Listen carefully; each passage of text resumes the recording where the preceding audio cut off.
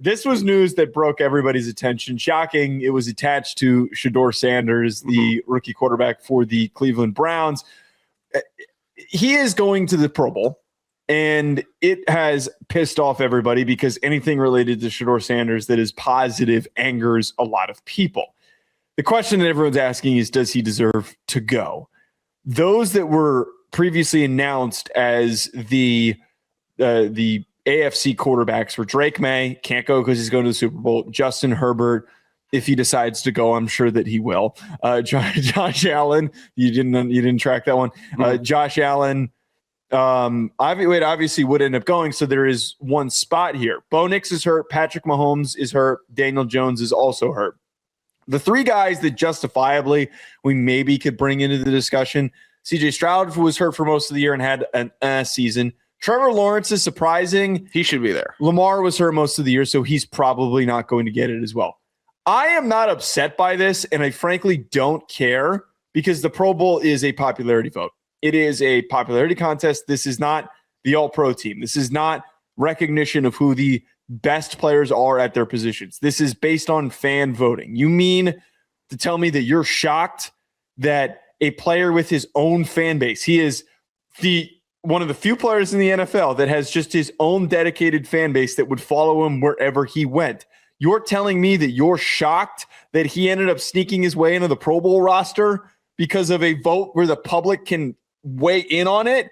I don't care about this. I think so many people are getting so upset. Yeah, it sucks that Trevor Lawrence doesn't get to go, but I wouldn't say that. I know that you don't like Trevor Lawrence, but why are we so up in arms over this? It's the Pro Bowl. Oh, God. Oh, man. Shedeur, how dare he get to play flag football this weekend? How dare he? Shut up. Who cares? It's the Pro Bowl. It's never meant anything. Good for Shedeur. Go do whatever you want. Go wear the craziest watch that you can and do some crazy celebrations. Look, this is a perfect timing show. I love Shedeur. I love Shedeur. And it's all perfect timing all the time. I'm going to say that. This is a humiliation ritual. I don't like it. It's a humiliation ritual, man. It feels like it, man. It feels like, hey, look, we need a story for the Pro Bowl, so we're just going to send Bronny James Jr. there. And then that's the situation, man. It's like Bronny James making the All-Star game and being in a three-point contest when he's taking 4 threes in the NBA. Like, that's what it feels like to me. So it's kind of ridiculous.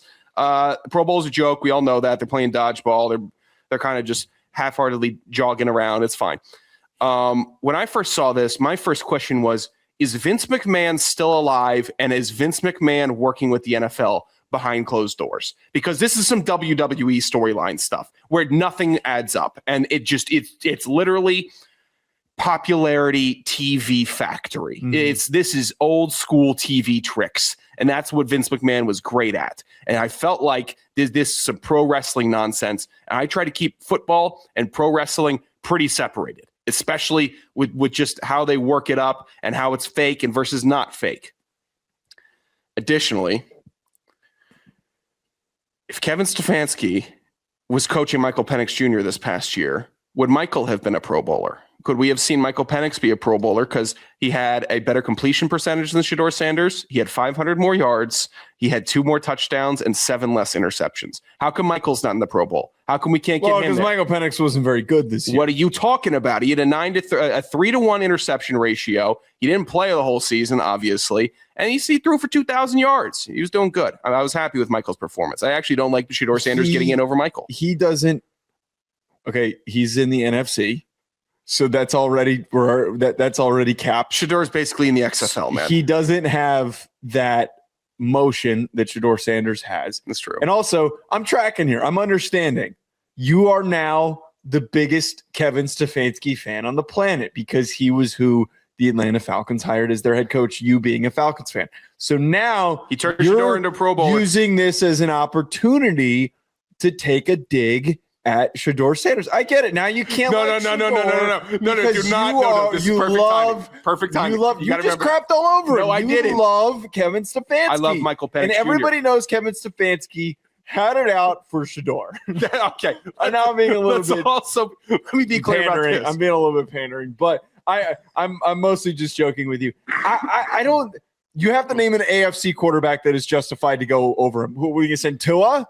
Who are you going to say, Tua? I might actually no. I would have taken Shedeur over Tua.